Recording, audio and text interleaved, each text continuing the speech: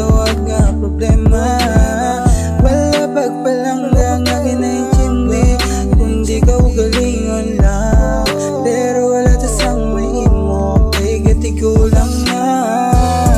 Tanan nga mga pagsubok gagabot sa aton, kaya mo lang gihatag sa Ginoo. Dapat tanan lampasan kung ano man ang mag-abot nga problema.